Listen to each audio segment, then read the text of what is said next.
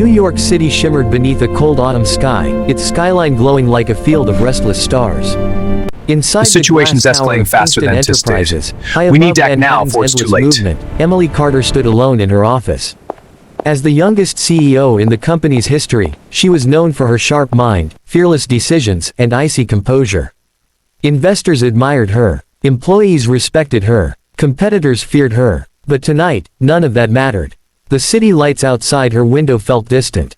The spacious office that once symbolized her success now seemed too quiet, too empty. Ever since the attempted break-in at the company headquarters 2 weeks ago, sleep had abandoned her. Even though security had tightened and no real damage was done, the incident left a crack in her confidence. She rubbed her temples, trying to push away the uneasiness crawling beneath her skin. "You're overreacting," she whispered to herself. Yet the echo in the empty office only deepened her discomfort. At 11:47 p.m., she finally gathered her things and stepped into the elevator.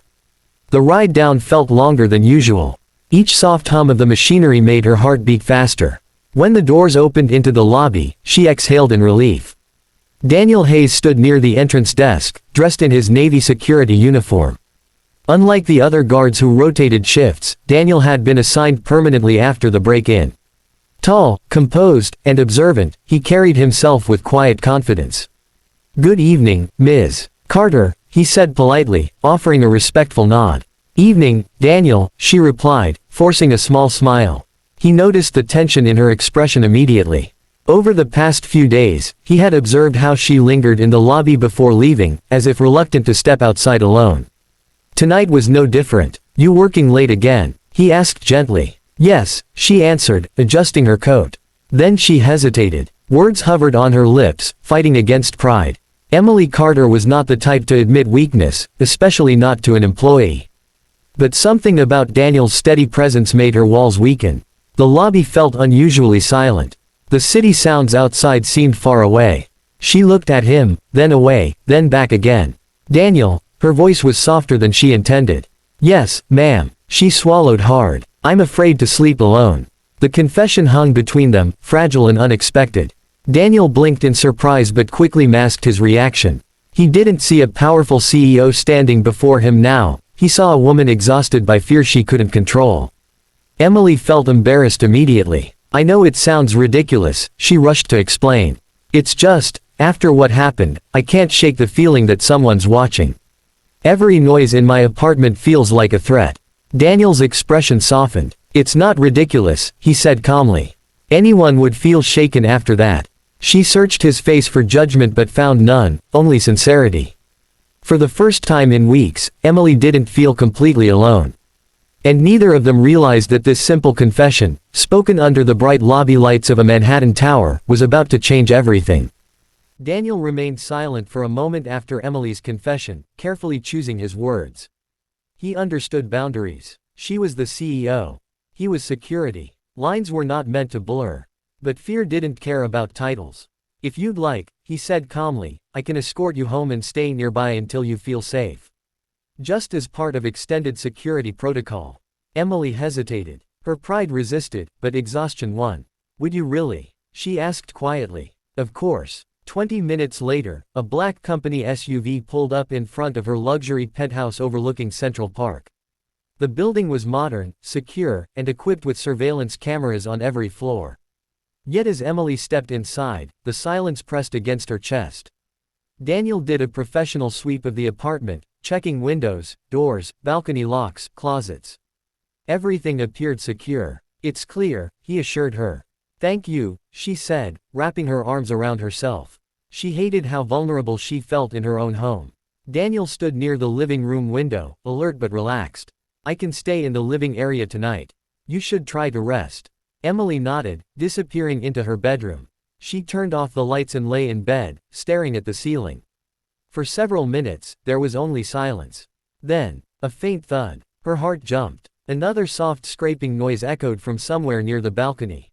She sat upright, breath shallow. The fear returned instantly, stronger than before. She couldn't ignore it this time. She opened her bedroom door. "Daniel," she called softly. He was already standing. "I heard it," he said quietly. The noise came again, a metallic rattle followed by a dull tap.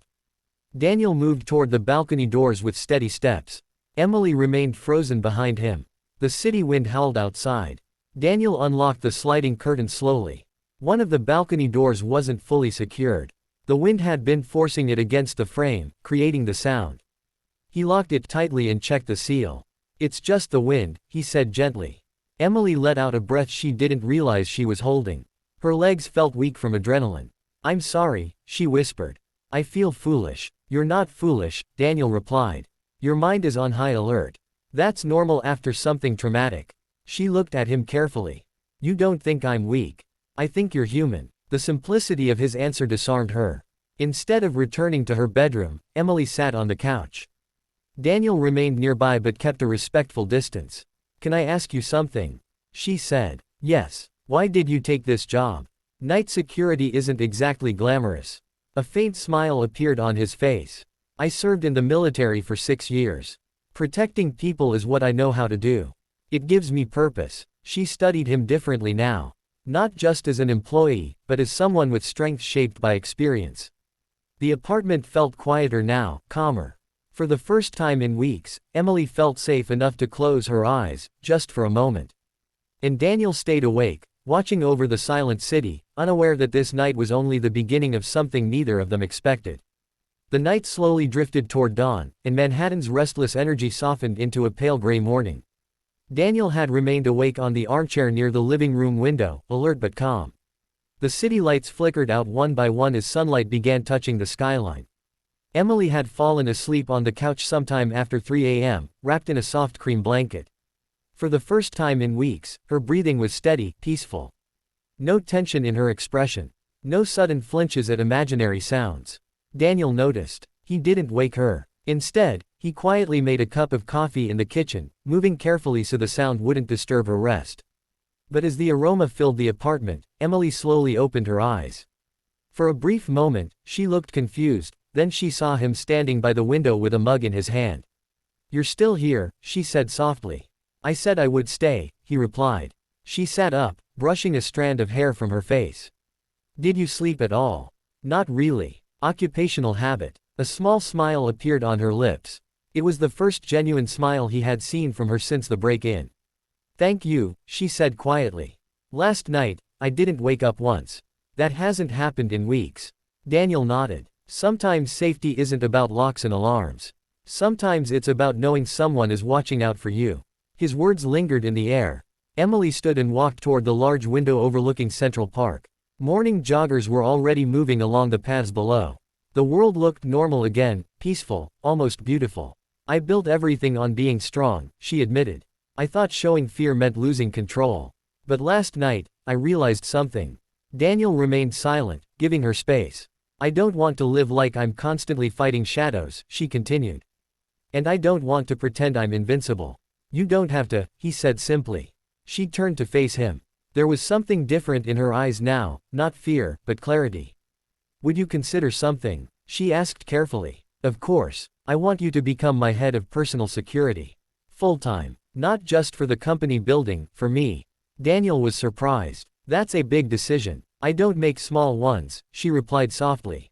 "And I trust you." Trust. The word carried weight. He thought about it for a moment. "If I accept," he said carefully, "it will always remain professional." She understood what he meant, the invisible boundary between CEO and employee. "Professional," she agreed. But even as they both said it, something unspoken passed between them. The sun rose higher, flooding the penthouse with golden light. The fear that once haunted the space felt distant now, replaced by something warmer. Emily felt stronger, not because she was alone, but because she didn't have to be. And Daniel realized that protecting her was no longer just a duty assigned by a company. It was becoming personal. Neither of them said it aloud. But as the city awakened beneath them, both understood that the night of fear had quietly turned into the beginning of something neither of them had planned, and neither of them were ready to walk away from.